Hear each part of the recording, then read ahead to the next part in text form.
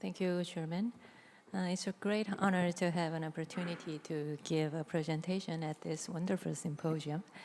Today, my talk is about AF and heart failure, which is one of the exciting topics in cardiology these days, I guess, even though it is a kind of unanswered question yet, but I'd like to share you some evidence we have till now. This is a very familiar saying to EP cardiologists. AF begets AF. It means AF makes itself worse when it's not timely treated, especially in paroxysmal AF when we don't start rhythm control. The duration and the frequency of AF episodes will increase. The electroanatomical change remodeling of the atrium plays an important role in this process. As for AF and heart failure, we can say AF begets heart failure and vice versa.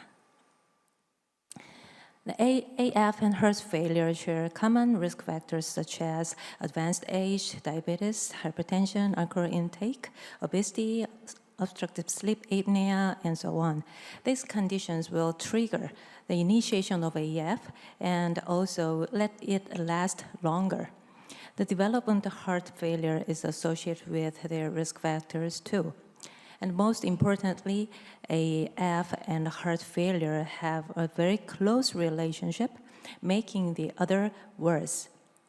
So we should treat one very well to control the other too. Especially when tachycardia-induced cardiomyopathy is highly suspected, control of AF is essential to control heart failure. And when heart failure is under proper control, the rhythm and rate control of AF gets more manageable. This is one study showing the prevalence of AF in heart failure patients by their ejection fraction. HAP-PEF showed the greatest prevalence of AF, but as for the mortality, AF with HAP-REF showed the highest. This is an interesting study showing the hazard of AF in heart failure patients. It's a candesartan heart failure study. Cardiovascular death and all-cause mortality are the highest in HAP-REF patients, as we can expect. Interestingly, when AF is newly developed, the increase of the hazard of CV death and all-cause mortality is more prominent in HAP-PEF patients. Then, how does AF affect the cardiac function? AF causes the loss of AV synchrony, impaired ventricular contraction, elevated filling pressure, resulting in a decrease in cardiac function. There was an interesting old study showing that cardiac output increases 15 to 25% acutely when sinus rhythm is restored in dogs with AF. And there was also an interesting study showing that not only rapid heart rates, but also irregularity itself is an important cause of worsening cardiac output in atrial fibrillation. So, AF rhythm control has been attempted for a long time, but as well known, antiarrhythmic drugs are problematic because of their serious side effects, which make us hesitate to use them.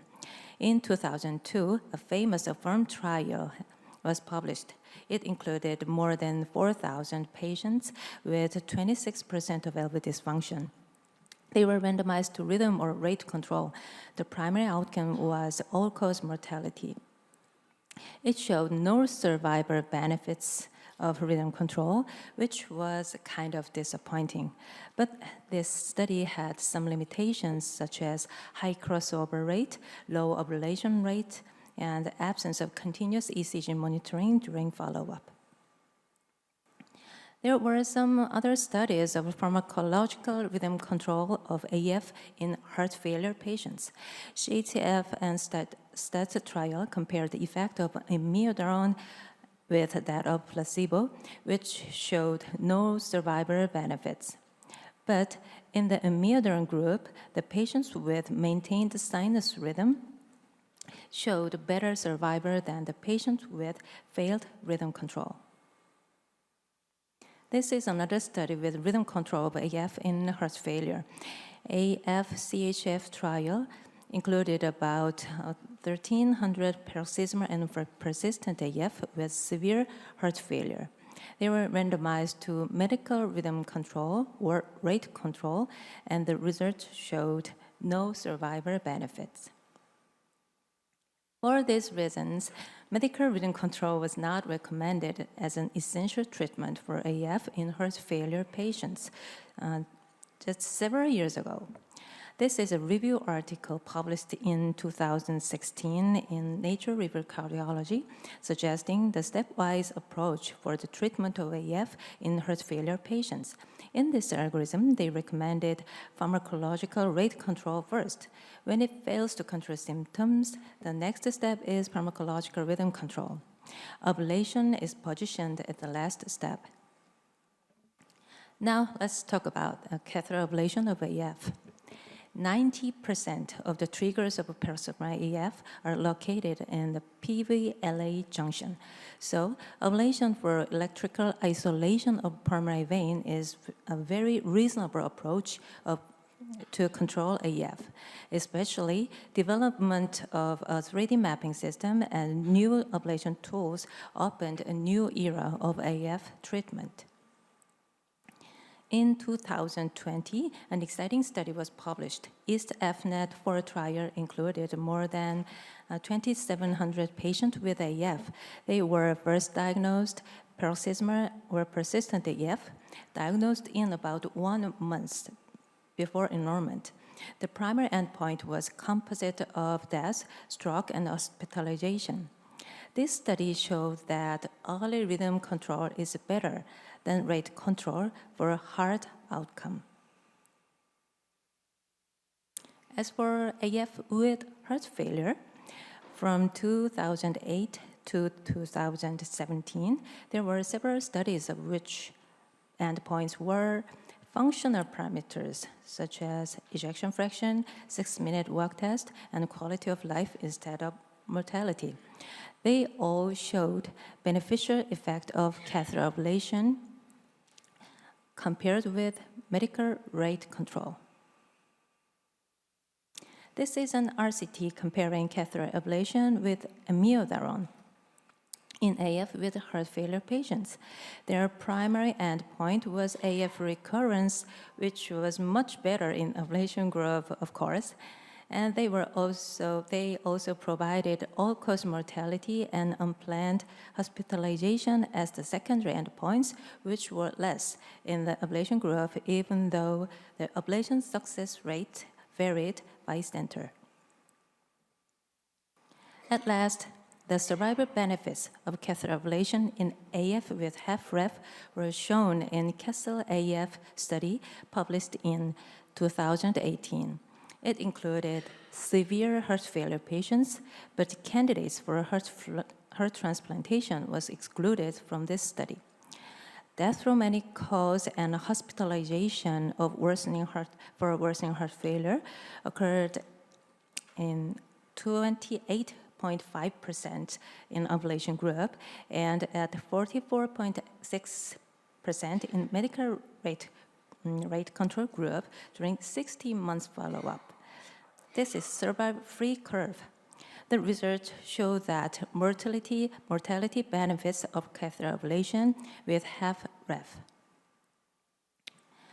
A meta-analysis using several studies of AF with heart failure showed benefits of catheter ablation in heart failure hospitalization, improvement of LV ejection fraction, and all-cause mortality. In 2021, AHA scientific statements for management of AF in HFrEF, ablation was recommended as the preferential treatment for some patients.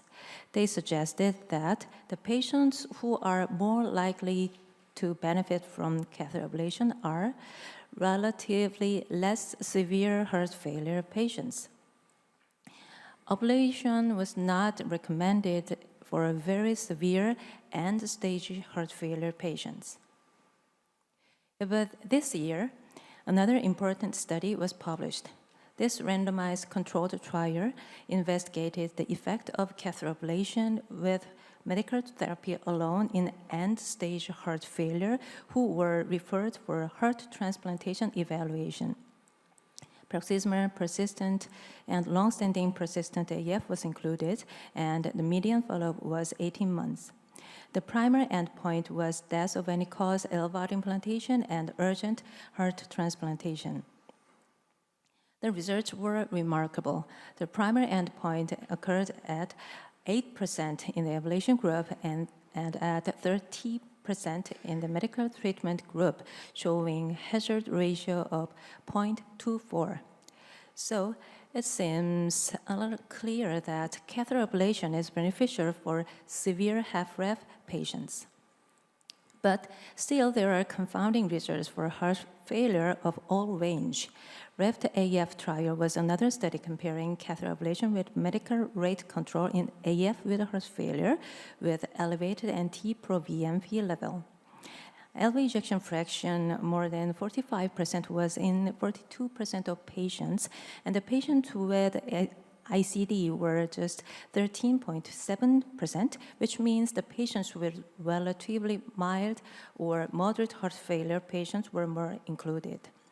The results showed just the trend of the beneficial effect of ablation, which was not statistically significant.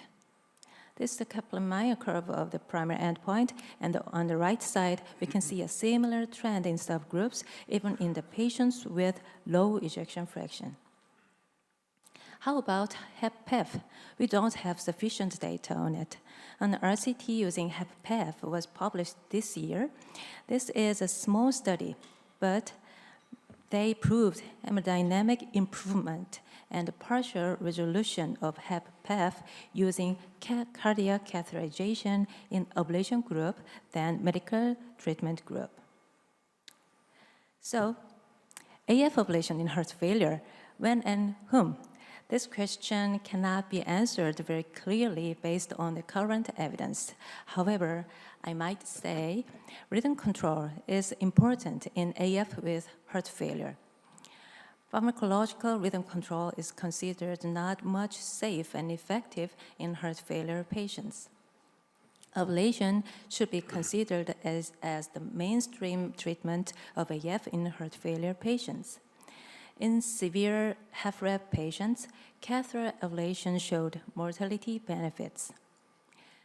But the ablation is an invasive procedure, so the risks of the ablation itself should be considered for the balance of risk and benefit. Thank you for your attention.